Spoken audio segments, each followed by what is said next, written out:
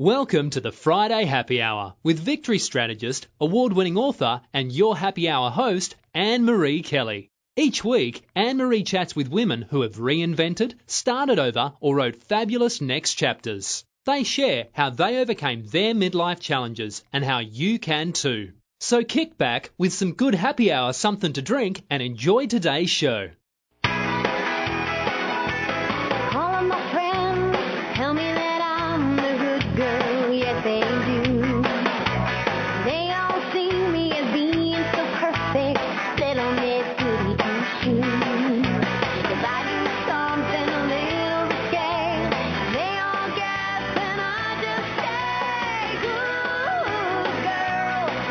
Welcome. You're listening to the Friday Happy Hour with me, Annmarie Kelly. I'm that recovering good girl and your victorious woman empowerment partner. And this is where us victory chicks and you men who care about us meet on Fridays to chat about things we can do to achieve our goals, overcome our challenges, and get empowered and inspired so we can make our lives sparkle. Thanks for joining me at Happy Hour today. I'm glad you're here. It's March and it's Women's History Month. And my guest today is a woman who is probably part of your history. She's Charlotte Stewart, best known to television audiences as Miss Beadle from Little House on the Prairie. Were you a fan of that show? Did you love Miss Beadle? Well, wait till you hear her story. She's had quite a life. There's no school marm there. Oh, she'll be with us after the break. Today I have two victorious woman things I want to talk about, both for Women's History Month. First thing is, okay, pop quiz. What president started Women's History Month? That's sort of a trick question. Actually, Women's History Week, the week, was started by President Jimmy Carter in 1981. The next president, Ronald Reagan, kept it going until 1987, when he proclaimed that there were just too many women's accomplishments to be given just 1 week. So it was Ronald Reagan who turned it into a month-long period of recognition. And then there was President Ford, who, well, in case you don't know, next week on March 8th, we celebrate International Women's Day. Now, that was started by the UN in 1975. Now, it was obviously international because it's in the UN. But in the U.S., in anticipation of that year, President Gerald Ford issued an executive order that created the National Commission on the Observance of International Women's Year, as he put it in the order, to promote equality between men and women. Now, here's why that's really significant. That commission is what led to the first National Women's Conference in 1977. And a year or two ago, when I read Gloria Steinem's most recent book, she talks about going to that conference, and it was like a really big thing. And she was already a writer, so she already had some presence, but not as a women's movement person. She was so new that when she went, she did whatever the organizers told her to do. Hard to picture that with Gloria Steinem. She was like the gopher. And she was a sponge when it came to learning everything she could from the then more powerful women who headed the event. Women like First Ladies Johnson, Carter, and Ford, as well as Maya Angelou, Bella Abzug, Coretta Scott King, and Betty Friedan. And if you don't know any of those names, those women are worth reading about because they all had something to do with the equalities that we enjoy now. And if you don't think it's more equal, clearly, I know it's not perfect, but just watch some of the movies or listen to some of the music from the 1930s or the 1950s. Not so much the 40s, but the 30s and the 50s. Jeez Louise. Be careful because the chauvinism could make your parts of your brain shrink. And the books from that era, well, listen, go to the library and look at books like The Female Eunuch or The Feminine Mystique. And if you don't want something overtly political, read The Woman's Room. That's a novel that will make you so appreciate that you're living in today's world and not in the world of I Love Lucy times. although Lucille Ball was no shrinking violet. Well, then there's the woman whose history I learned about this week when I was given the most fabulous tour of a local treasure by my friend Joan Mackey. Joan is one of the heirs of Ardrossan, that amazing 800-acre estate in Radnor. Now, you might not know Ardrossan by its name, but there are two reasons why you could be familiar with it. The first one is that it's been in the news a lot over the past few years. It's one of the many farms that's been under siege for its open space. You know, like Creebilly Farms around here. Well, actually, I think the controversy around Ardrossan has been resolved because some of the property was sold and new houses are being built on the grounds. That's one.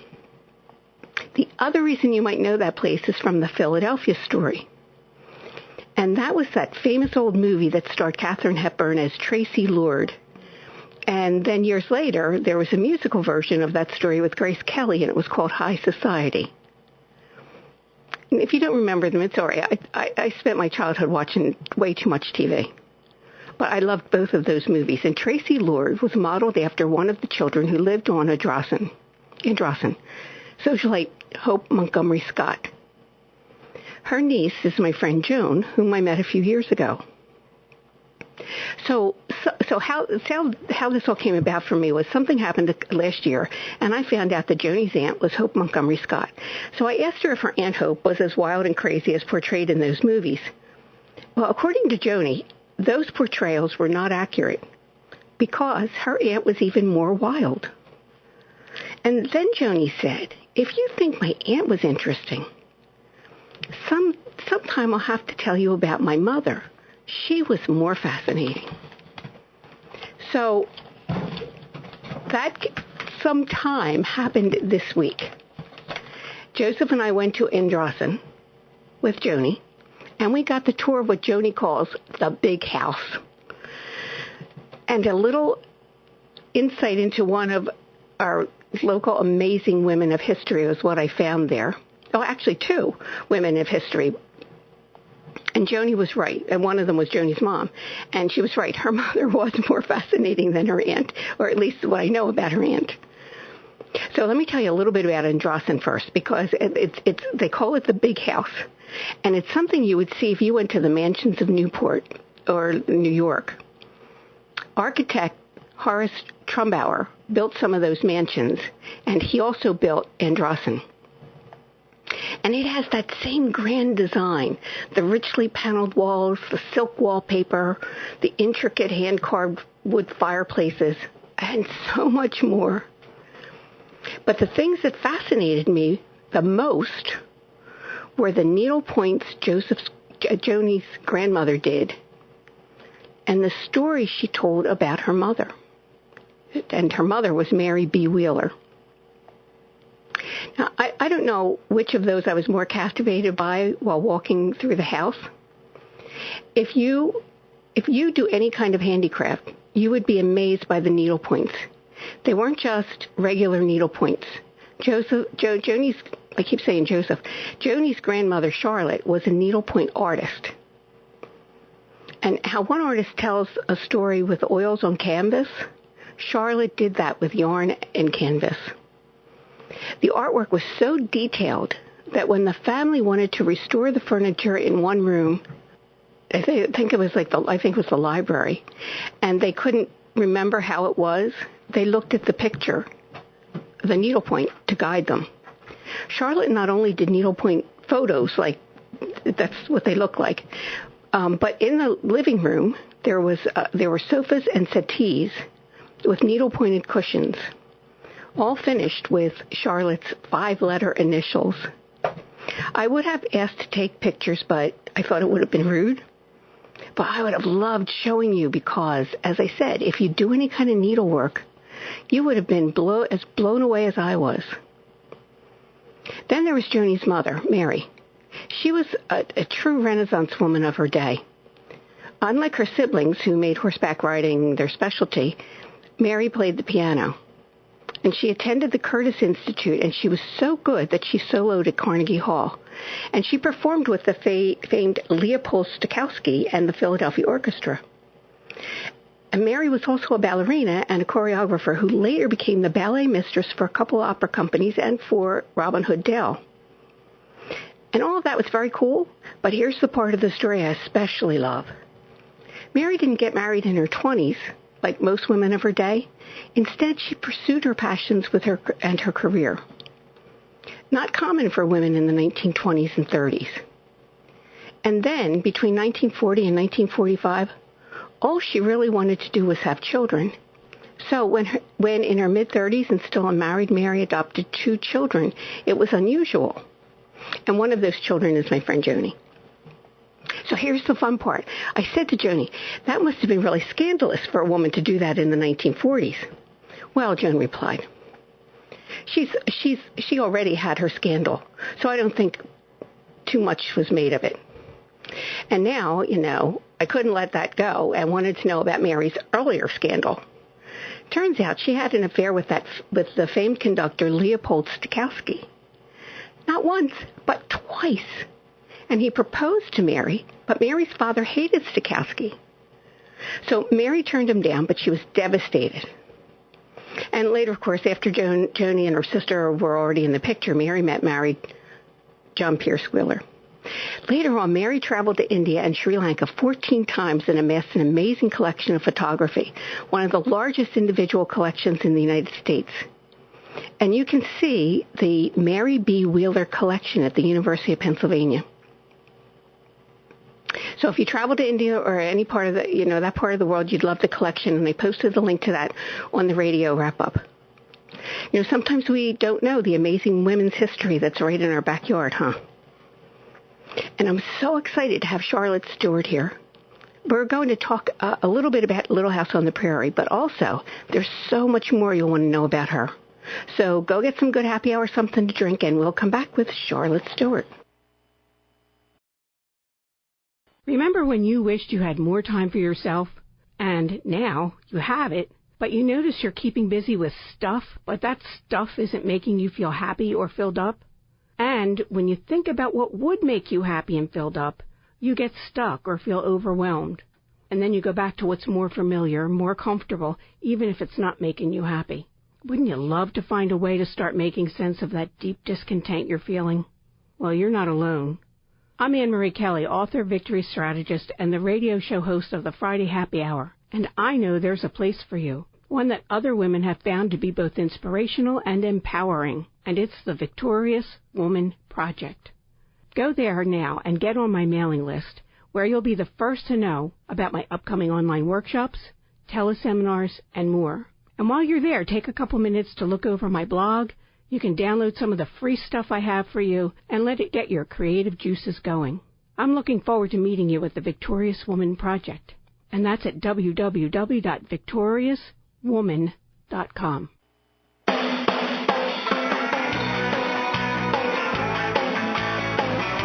Welcome back to the Friday Happy Hour. I'm Annmarie Kelly, and I'm here with Charlotte Stewart. Welcome to Happy Hour, Charlotte. Hi, thank you. Thank you, Annmarie. It's nice to talk with you. Oh, I'm glad you're here. Charlotte, we know you from Little House on the Prairie and think of you as that school marm. But, Charlotte, I read your book. You were no school marm, huh? Well, maybe not the typical one, but, I was an actor playing a role. Mm-hmm. And I was grateful to have that part. It was a wonderful part. Yeah. In your book, in Little House in the Hollywood Hills, you say in the introduction, I always like reading the introduction, that you were on vacation in France a couple years ago. Yeah. The same year as the 40th anniversary of Little House on the Prairie, when some big middle-aged French guy recognized you, gave you a bear hug, started to cry, and then told you that you were a really big part of his childhood. That's true. I bet that happens a lot, huh? Well, it does, but the interesting thing about the French Little House fans, and I didn't know this before, it's typical in France to go home for lunch every day. If you're in school, if you have a shop, if you work in an office, you go home and you have lunch with your family every day. And guess when Little House on the Prairie was on? Okay, at lunchtime, huh? At lunchtime. So these kids grew up watching the show, and I'm talking starting 45 years ago. And, so it was a big part of their childhood, but it was a little startling to have this great big man burst into tears and say, "You were my childhood." I was so touched and honored. I can imagine. And Charlotte, I had breakfast with one of my friends, and I told her that I was interviewing you, and she said, I love Miss Beadle. Well, I have a theory about that as well.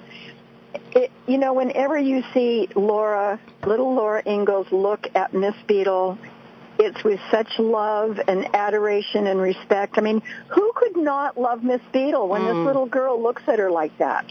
I think it was all caused by Laura. I know you say that in the book, and I think that's really neat that happened. But did you ever, when you were doing that, you did Little House on the Prairie for 4 years, did you ever have any idea that you were making that big an impression on children? No, I didn't. I had absolutely no idea, and I got a good reason to say that. We were shooting in Los Angeles. Los Angeles and Hollywood are very, kind of jaded about, anything sentimental or Western or Little House. They gave us absolutely not a time of day. We were ignored. Never got an award other than I think we got costumes and maybe writing one time. None of the actors were nominated for Emmys. We were completely ignored by the whole town. And it wasn't until the fans in the Midwest who were a big part of the Laura Ingalls Wilder heritage. They would go visit the museums all the time. When they started writing in and saying, we want to meet the actors, all of a sudden it just spread like wildfire. I talk about in the book my first appearance with the cast of Little House on the Prairie, back in the Midwest. We went to a big event at a state park. And I thought there'd maybe be, 100 people there or something with picnic lunches or something. We walk out into this meadow, and there were like 2,000 people there. Oh, my. And they were all applauding, and they had the theme to Little House playing. I was overwhelmed. I burst into, I couldn't stop crying. Wow. It had never occurred to me that many people were fans of Little House or even paid attention to us. So I've been doing these trips to Minnesota and South Dakota and, quite a bit through the years, and I love my fans. I'll bet you do. And Charlotte, I was thinking, because and we'll talk about this in a minute, but a lot of your past, you struggled with a lot of those not good enough feelings, like a lot of women do. I'm wondering, if you had realized then the impact you were making, how do you think you would have felt differently about yourself? I don't know. I was so grateful to have a job that was going to last 4 years.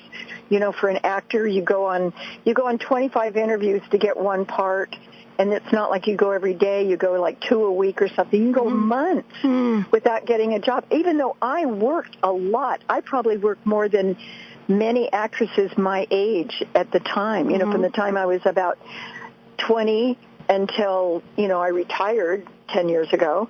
I worked a lot, but even that was no guarantee that you'd make a living or make your pension or any of that. So, somebody asked me if there was, how I choose my parts. I said, when they ask me. When they say, do you want to do it? Yeah. And I was surprised to read that you said you were extremely fortunate that you lived past 40. And, in Little House in the Hollywood Hills, you're very open about the high and low things. So I'm curious, what made you decide to write it all down? Well, let me see. I didn't even start thinking about it until about 3 years ago when Andy Dembski, who's the co-writer on the book, encouraged me. And, we started out talking about the fun stuff, the kind of outrageous stuff, the boyfriends and the, marriages. And then I started thinking, this is going to be the most boring book unless I get honest. So I had to acknowledge my alcohol abuse, my cocaine abuse, the trouble it got me into, and my recovery. I got a phone call from somebody day before yesterday who was my father's best friend. He's in his 90s, and he just finished reading the book, and he said, Charlotte, you're going to save lives. I said, what, really? Mm-hmm. He said, you know what, because you told the truth. You did, yeah, and it was amazing. Well, I was also in Hollywood at the time when cocaine was very popular. In the 60s, we were all smoking marijuana. It just seemed like the next step was, and then I got involved with, people that weren't the healthiest for me. Mm-hmm. I wanted to belong, and a lot of times you go to a Hollywood party, and that's how you belong, But thank God I had a very strong family. I have wonderful friends who tried to talk to me for years and say, you're overdoing it. I didn't want to hear it, so I cut them out of my life. And I know a lot of people do that when they have a problem with drugs or alcohol or overeating or, whatever it is. They don't want to hear criticism. They want to be left alone. Yeah. And, I'm really lucky. Really lucky. That's neat to hear you feel that you feel that way, because I think sometimes we forget. Sometimes we have a lot of opportunity, and maybe we don't recognize this opportunity. It's, like for all those years that you did Little House, that you didn't realize the impact you were having. Yeah. Yeah. And I have to tell you, the subtitle of Little House in the Hollywood Hills is, and I love this, A Bad Girl's Guide to Becoming Miss Beadle, Mary X, and me. And I laughed about the bad girl title because you grew up on a peach farm in Yuba, California, and you were what I call a classic good girl. I went to Catholic school. Yep. We have something in common. We were both taught at one point in our education by Sisters of Notre Dame. Oh my God! Yeah. Did they hit your fingers with their little clicker thing? Oh no! Mm-mm. They had these little clickers that when we were making noise or they wanted us to be quiet, they would go click, click, click, click. I know, the Immaculate Heart nuns used to do that. Oh yeah. Well, I went to Sisters of Notre Dame, and and the only reason I went there is because my best girlfriend was going there, and I wanted to be with her. So it had nothing to do with my religion. Well, I haven't. Go ahead. No, I was going to say I've never been religious. I was a little fanatic for a little while, but it just didn't work for me. So, I think kindness is a wonderful way to live. I watch Ellen DeGeneres every single day, and I love her philosophy about be kind to each other. And if we can do that and not judge each other's religions or anything like that, I don't find that very helpful. When we think we're better than somebody else because of what we believe. You know what? Be kind. Yeah, I think that's a really good philosophy, Charlotte. I like it, and I try to live that way myself. Yeah. Something else you said, that alcohol played a big role in your life. So how early did that start? Well, my father died of alcoholism when he was 56 years old. Of course, I drank in high school, I used to have parties. I was known for the parties because my parents always had so much alcohol on hand. So, I drank then. I went away at 17 to go to college, and I learned later that I was actually known for how much I drank. I didn't think I was doing anything different than anybody else, but obviously I drank to excess whenever I could. Wow. And it wasn't until it physically took its toll on my body. I was dying. I was dying. It was 1984.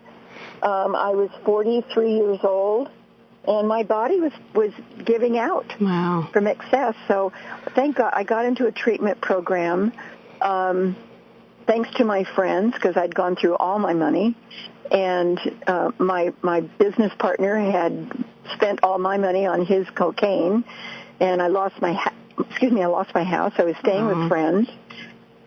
So I got into this treatment program, and it was wonderful. It saved my life, and I'm ever grateful. In fact, my sister says I saved her life because when I was 3 years sober, she went into treatment, and she said she didn't think she could have done it if I hadn't done it first. And she's 9 years older than me. Wow. It ran in the family. She has a bunch of kids too, right? She has 7 kids. Yeah, I remember. She had all mine. That's something. Charlotte, we need to take a break, but when we come back, I want to talk about how you got into acting and and the liquid butterfly and a couple of those things. Okay, I know where you're going with this. So everybody, hang tight because this is good stuff. You're listening to the Friday Happy Hour. Hi, this is Annmarie Kelly, author, victory strategist, and the radio show host of the Friday Happy Hour. I trust you're enjoying my conversation with this fabulous, victorious woman.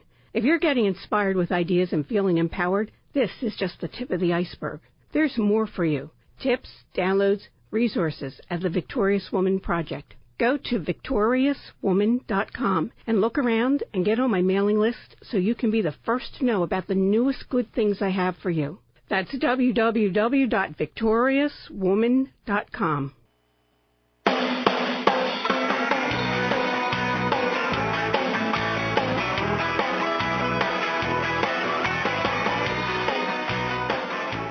Welcome back to the Friday Happy Hour. This is Annmarie Kelly, and we're here with Charlotte Stewart. And Charlotte, we were talking about where you were coming from, but what made you went to college? At what point did you go into acting? Well, the fact is I didn't go to college. What happened was the summer after my senior year, all my friends were going away to college, Berkeley and Yale and Stanford and all these wonderful places, and I didn't have the grades to get into college. So I didn't know what I was going to do. And I saw an advertisement in Teen Magazine. Do you remember Teen Magazine? It was kind of a people magazine kind of thing, but for, teenagers. And there was an ad in the back of the magazine for the Pasadena Playhouse, the College of Theater Arts. It was a state theater of California. And I saw that ad and I thought, I know what I want to do. So I sent away for an application. I got it. I filled it out, sent it back. I was accepted. And then I told my parents. And to tell you the truth, they were shocked and I think relieved that I at least had a plan. So my mother and I drove to Pasadena so she could check it out. And it was an accredited college of theater arts. It had dormitories, mandatory, that you had to stay in. It was, all open and above board. I was not leaving Yuba City to go to Hollywood. And as it turns out, before the end of my second year of school, I got my first job. And it was a small, low-budget film. And from that, I got an agent. And I started working on a regular basis in Hollywood when I was 20 years old. And so I had done a lot of shows before I ever got Little House on the Prairie. All of the, Bonanza and FBI and Mannix and My Three Sons and Bachelor Father and, all kinds of shows. So I loved it. I mean, it saved, it was great. And I was surprised because you did work a lot, like more than, like whenever I read those kinds of stories, memoir type stories, of how people struggled. And I'm not saying that you didn't, because I want to ask you about the cigarette girl thing, but like you really, even though you didn't have a series, you did get a lot of parts, as you said, like on Gunsmoke and those things. And it seemed to me you were pretty savvy because you did anything that you could to get some exposure and publicity. And I did. And you did a lot of commercials. What's that cigarette girl thing? Well, there's two of them. One, the first one, I lied about my age to get a job at a restaurant in Beverly Hills called the Luau, and I was a coat check cigarette girl. But the other one was a publicity thing. It's called Cigarette Girls, and we walk around a big gala fundraising event in pretty dresses selling cigarettes. And you did it with people like Linda Evans, who was later on Dynasty. Exactly. And Stephanie Powers, who was later on Heart to Heart. Stephanie Powers, right.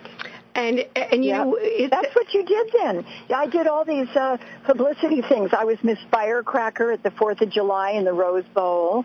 I did, people call you up and say, could you do a photo shoot in a bathing suit? Yeah. I did an ad for a product called Weight On. Don't be skinny, use Weight On. And but you were skinny. I know that's probably why they hired me to do the thing, Don't be skinny, use Weight On. It was a stupid product. Who wants to gain weight? Well, I think there was a time I remember being at the Grove Park Inn in North Carolina, and one of the ads was if you had their tonic, you would get as fat as a pig, and that was like a big thing. Sort of shocks us now, doesn't it? It's silly, really silly. And something else you did in those early days, you made clothes and sold them at a place called the Liquid Butterfly. Yes, my partner Danny and I had a store called the Liquid Butterfly.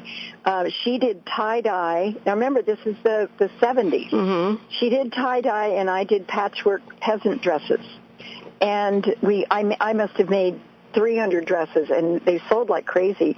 But the kicker was my store was across the hall from the manager for Crosby, Stills, Nash & Young, Joni Mitchell, Jackson Browne, and it was across the street from Elektra Records. So I had rock and roll in and out of my store. Mm-hmm. I knew everybody back then. And, of course, where I know you're leading, Go ahead. I came into my store one day, and this young bearded guy was in my store looking out the window, and I realized, my God, that's Jim Morrison. Mm-hmm. Now, I had never seen him sing. I had never watched any performances of The Doors. I knew who he was, but we became friends. Actually, we became drinking buddies. Mm-hmm. And he used to come to my store, and we'd walk down the street and go, to a bar, hang out, and a lot of the times I'd take him home because he was unable to drive. He was a very bad drinker. But one day he called me up. He said, I got to get out of town. Life is too awful. He was under arrest. He had been arrested in Florida for indecent exposure, and so he was facing a trial, and paparazzi were all over the place. He said, you want to go? I said, sure. I didn't even ask where or what. But we jumped in his car, and we started driving up the coast of California. We went place to place, pool hall, bar. We ended up at San Simeon, the Big Hearst Castle. And we spent 4 days, and it was great. We hardly talked. I took my Super 8 camera, so I had, film of him at Hearst Castle and driving on Pacific Coast Highway. And he dropped me off, and I never saw him again. He died within 6 months in Paris. Oh, I remember that, reading that part of the story. And you were so shocked. Well, I guess everybody was. I was totally shocked. Yeah. And people were saying, oh, drug overdose. I never, ever saw him do drugs. He drank too much. Yeah. But I never so much as saw him smoke a joint. Isn't that something? So, and they said it was a drug overdose, but what do you think it was? I'm pretty sure he had rheumatic fever as a child. So if you saw him, especially when he drank, his face would get beet red. And he had, it was just too much. He had a heart attack, basically. Wow. Yeah, that was a shame. That was, and it was him and Janis Joplin, one of my favorites, and Jimi Hendrix. Yeah, and they were all 27 years old. Exactly. Yeah, I know. Yeah, I was really young, and it seems a lot younger now, doesn't it? We had a great time, and I'm so glad that for whatever piece I was able to give him for 4 or 5 days there on his trip. I wasn't asking any questions. I just was. Being a friend, and I'm grateful that I was able to do that. Yeah. Yeah. And of course, I write about all the other men in my life then, but realize I was in Hollywood. This place is packed with handsome, rich men, and I didn't need anything from them. I just wanted to have a good time, and I did. I know. That was something in your book that really made me laugh because you talk about all the hunky guys, and you noticed them all.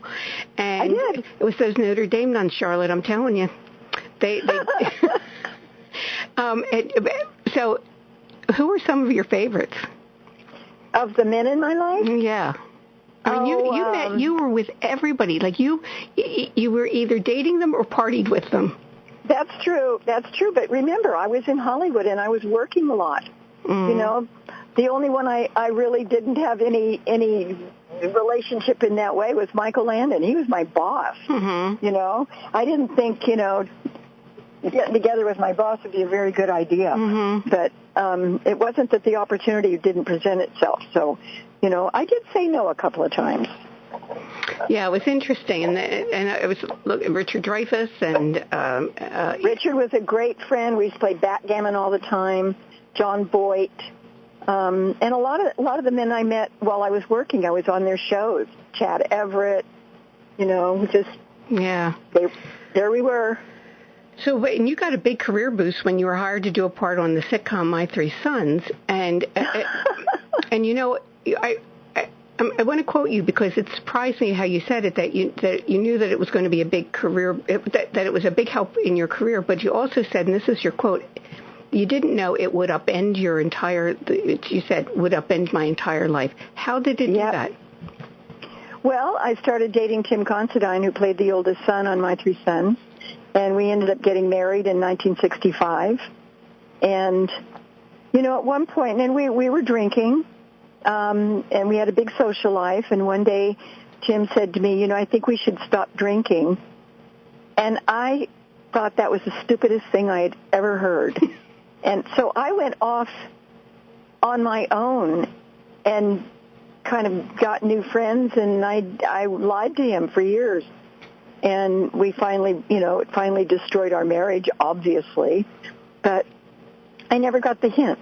Now, Tim and I are very good friends today. He actually took the photograph that's on the back of my book, and I count him as to one of my best friends.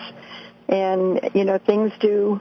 In fact, all my husbands are still my friends. Oh, that's neat. My second husband was Jordan Hahn. He was a magician. He's very happily married, lives out in the desert in California. I was doing a radio interview, and he called in, and we talked on the radio. Oh, that must have been fun. It was fun. Yeah. It was great, but great support. And during your marriage to Tim Considine, you tried to kill yourself. I did. I was, because I'd been lying so much, and I couldn't see how I was going to continue. I couldn't do it anymore. And I was young. I was 27 when this happened, and I just decided the best thing for everybody. Me, I'm always thinking of somebody else. I thought the best thing for everybody is if I just checked out. But I didn't know that you couldn't kill yourself on Milltown, and I woke up and Tim was there. Yeah. And I confessed everything to him. And then he called my mom, and she came to, stay with us, and she said, well, okay, we'll never talk about it again. Which is not the best way to approach somebody who just tried to kill themselves. Yeah, she never did. She never did. If you look back, Charlotte, on that time of your life, what do you wish you had known about yourself or about your relationship with Tim? Well, I wish I had understood addiction at the time. I just thought he was being, fussy, and Tim is a good man, and he's always been a good man. I just thought he was being critical to me. And I wish I would have worked it out. But you know what? He's a happy grandfather now. He and Willie have been married a lot of years. I know their son. They have 2 grandkids now. I don't know what we would have done. Well, it turned out good for both of you. It did. Yeah. It did. Charlotte, and I just got married again. Oh, congratulations. Since you wrote the book. Yep. Oh, very nice. Since I wrote the book, I mentioned it briefly at the end of the book that I ran into an old friend. My third husband, David Banks, who I had known at the Pasadena Playhouse. I'd known him for 40 years. He passed away 5 years ago. We'd been married for 20 years. And I was alone for a couple of years, and then I ran into a dear old friend, Michael, and we got married a year and a half ago, and we have a wonderful, lovely life. I just turned 76. He'll be 70 in April. I said, you lied about your age. I didn't know I was marrying a younger man. Yeah, well, you're just a cougar, Charlotte. I am, and proud of it, girl. There you go. Charlotte, we have to take another break. I'm going to, so everybody stay close, and we want to talk a little bit about Little House on the Prairie when we get back. You're listening to the Friday Happy Hour. Are you one of those women who lived the first part of your life as a really good girl? That is, you did all the right things and followed all the so-called rules for women? I was like that too. But have you noticed that once you passed 40, you have less patience for those rules? Maybe you even think that the rules really don't make sense for you anymore. Maybe they never did and you just didn't realize it. Do you want to go where other recovering good girls meet to inspire each other and support their new empowered selves? Then join me, Annmarie Kelly, and some very fabulous victorious women. We're on Facebook at the Victorious Woman Project. So go to facebook.com/Victorious Woman Project. I'll talk to you there.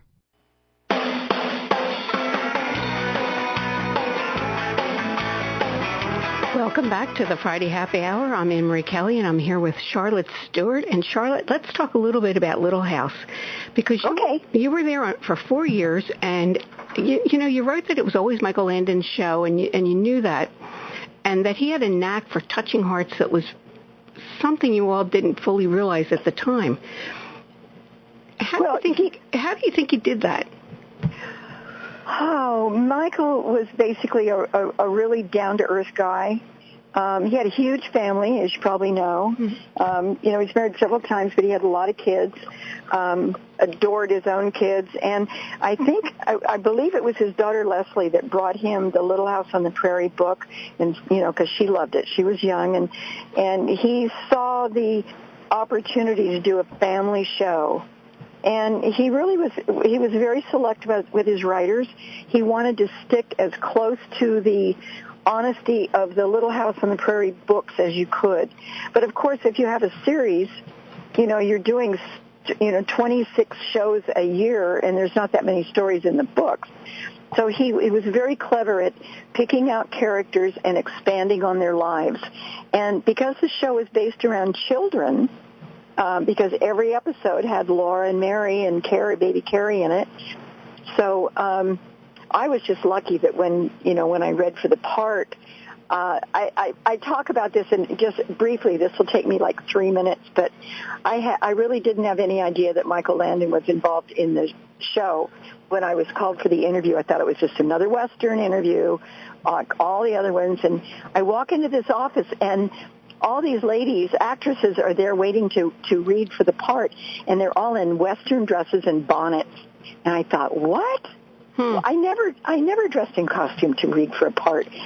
My philosophy was, if they can't picture me in wardrobe, they're not doing their job right. But anyway, I walked in, and suddenly I realized it was Michael Landon, and I thought, oh, boy, this is good. This would be a good one. And so it was all men in the room. A couple of producers, associate producers, casting director, and Michael Landon. And they welcomed me in. They said, are you ready to read? And I said, yes. And I said to the producer behind the big desk, may I sit behind your desk? And he looked at me, and he looked at Mike, and Mike gave him the, yeah, do it. And so he got up, and I sat behind his desk, and they were kind of shuffling around and all, and I slammed my hand on the desk. I said, be quiet. And they looked at me, and Mike starts laughing, and I went into the rehearsed scene, which was Laura and Mary's first day at school when I'm introducing them to the class. Well, I left, and I thought, oh man, I probably really blew it by doing that. You know what? By the time I got home, I had the part. I know that. I was reading that. That was fascinating. You really impressed them. Oh, I didn't even know it was a series. I thought it was like a movie of the week. I'd never heard of Little House on the Prairie. I didn't know what the books were. So I was delighted. And I was so lucky that all my scenes took place with the children, with a few exceptions. So it was a very easy work schedule, because the way Mike, being a family man, he thinks everybody should go home at 5 o'clock. Most television series, they keep you there till 10 o'clock at night. You're back at 6 in the morning. Yeah, I've heard that. And the crew, has the worst of it, because they stay after the actors leave, and they're there before the actors arrive. Mike says, these guys have been with me through Bonanza, and they waited for me to get this series, and they're going to go home at 5 o'clock, like normal people. So it was great. Well, that was neat. And sometimes you would go to dinner with one of your friends in the show was Karen Grassel, who played Mrs. Ingalls. Right. Yeah, Karen and I became dear friends. We're exactly the same age. We have the same birthday, a day apart. And we became very good friends. And she didn't know anybody. She came from theater and had not been in Hollywood, and we became very good friends. And then later on, of course, after I left the series, when the children started growing up, one of my dearest, closest friends now is Allison Arngrim, who played Nellie, the bad girl. Bratty Nellie. Bratty Nellie. She and I are best friends. She's the one that encouraged me to write the book. She kept saying, you've got great stories, write it down. And I said, I'm not a writer. I can't write. But, she pushed, and then my friend Andy Dembski came through and helped me pull stories together and make it fit. And you do have good stories. I'm glad. I really am glad that you wrote it down. Thank you. The other person, everybody Harriet Olsen was was the character everybody loved to hate. But here's what I was so surprised about. You said she was a devout Hindu. She's a Buddhist. Yep. She and I went away for a weekend at a health spa, and we were sharing like a little cabin, and I really didn't know anything about, Catherine. And we got there, and she took out her little, statue of Buddha and laid her silk cloth on the table and put a couple of candles out, and I looked and I thought, okay. And, she meditated every day. She was actually quite devout. In fact, when she retired from Little House on the Prairie, she moved across the street from the Hindu society, their temple, and she always called fans back if somebody reached her and wanted something. She was very available, and she was a lovely lady. Unfortunately, she is not in good health these days. She's in the motion picture country home in retirement, and she's failing quite quickly. Oh, that's sad. Yeah, we've lost so many of the cast. Yeah, and Michael Landon, and one of the things that you say was that Michael Landon and Karen Grassel didn't get along all that well, but you thought that was good for the show. Well, it was a conflict. Karen had a whole different philosophy. She's very, dedicated and strict with her acting and her, patience and all of that. And Michael likes to tell jokes all along, and he had bourbon in his coffee half the time, and he liked to make. It wasn't that he made fun of people, but he joked a lot, and she didn't appreciate it. And it was a perfect mix for the family, Mm-hmm. Well, it certainly did work on screen because everybody loved both of them. Well, everybody loved Mike. Once again, Laura Ingalls looks at her pa, with such adoration. How could you not like Pa? That's true. But Allison tells great stories about Michael Landon. She says, whenever Pa got injured, it was never in the knee. It was always in the rib. So he had to take his shirt off. That's good. And you're right. You're absolutely right. He was never like on crutches or anything. He was always... No. He was proud of his body. He had a great body, and he showed it off. That's good. And Charlotte, you talk about in Little House in the Hollywood Hills, you talk about different episodes, but did you have a favorite episode? You were there for 4 years, so what was your favorite one? Well, I think my favorite, and of course it was one I had the most involvement in, was Here Come the Brides, when Nellie elopes with the pig farmer's son, and I fall in love with the pig farmer, and we elope too. It was a funny story, and I got to do a little bit more than I usually got. And the fact that the man they hired to play the pig farmer was a dear old friend of mine from the Pasadena Playhouse. We went to college together, Josh Bryant. And it was such fun to work together. That's neat. And you were there together for a while. Yeah, we were. We apparently had a child, and then finally they brought in, in those days, teachers weren't allowed to be married. It was scandalous. Seriously, I knew that there was a time when they weren't allowed, if they got pregnant, they had to leave. When they got if they got married. No, just the idea that a man and woman would sleep together was just outrageous in the old times. Doesn't that make you laugh when you think about it? It's just stupid. So, but a lot of things were stupid back then. Charlotte, after you left Little House and you kind of like descended into that whole alcohol and cocaine thing, and then you went to rehab, and you got sober and all that, and then you got breast cancer. Yep, I did. Right in the middle of shooting Twin Peaks, the David Lynch series. I got breast cancer. And that's when my third husband and I got together, David Banks, who was another old school chum. I don't get rid of those school chums. I hang around him, and we got married, and he took care of me. But, that was a kind of a tough time. but I got through. It never occurred to me that I wouldn't be okay. And also, all of the years that I acted, I kept a full-time job.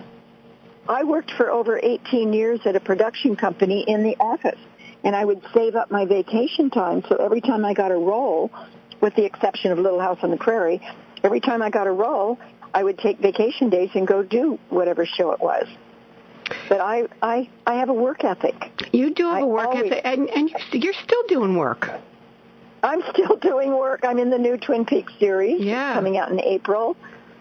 And I also sew still. I make what I call Beadle bags. They're book bags, but they have pictures from Little House on the Prairie on it that I print on fabric and do a patchwork into this book bag. And I raise money for a cancer program. That's awesome. Charlotte, it was so much fun to talk with you today. Thank you so much. Thank you so much. And you know what? Feel free to call me anytime. You've got my number. Oh, yeah, I do. Thank you very much. And I want my listeners to know they can get Little House in the Hollywood Hills on Amazon, and I put that link on today's radio wrap-up at victoriouswoman.com. Oh, thank you so much. I really appreciate it. Have a victorious weekend, Charlotte. I will. You too. Thank you. Thank you. So you Victory Chicks and you guys, I hope you have something good planned this weekend. The Christian season of Lent started this week, and I wonder if anyone gave up something. And you know how it was when we were kids? That's, that discussion about Lent being 40 days. Somebody started that. It's like, how long is Lent? And it was like, it's supposed to be 40 days, but it is. But it's not the way we think, because if you count the days, it's more like 46. You know why? Because because in the Christian calendar, they don't count Sundays, because Sundays is always a feast. Sunday is always a feast day, a celebration. So it's 6 weeks, but not counting the Sundays, and that's where you get from 46 days down to 40 days. It's a little trivia you can share at dinner tonight. Tomorrow I'm going to the Magic Show at Westchester University, and it's one that the Family Service of Chester County puts on, and this is it's the 22nd annual James L. Mosteller Comedy and Magic Spectacular. And if you have kids, tickets are $15 for kids, $25 for adults. And I posted a link to that if you're thinking about where to take the kids tomorrow. That's someplace. And that link is there. And winter's back, so stay warm this weekend. It's only a couple more weeks till spring, so hang in there. Before we go, here's a Women's History quote for you that is good for us recovering good girls. It's from Katharine Hepburn, who said, "If you obey all the rules, you miss all the fun. Don't miss anything. Have a victorious weekend." Jen's on.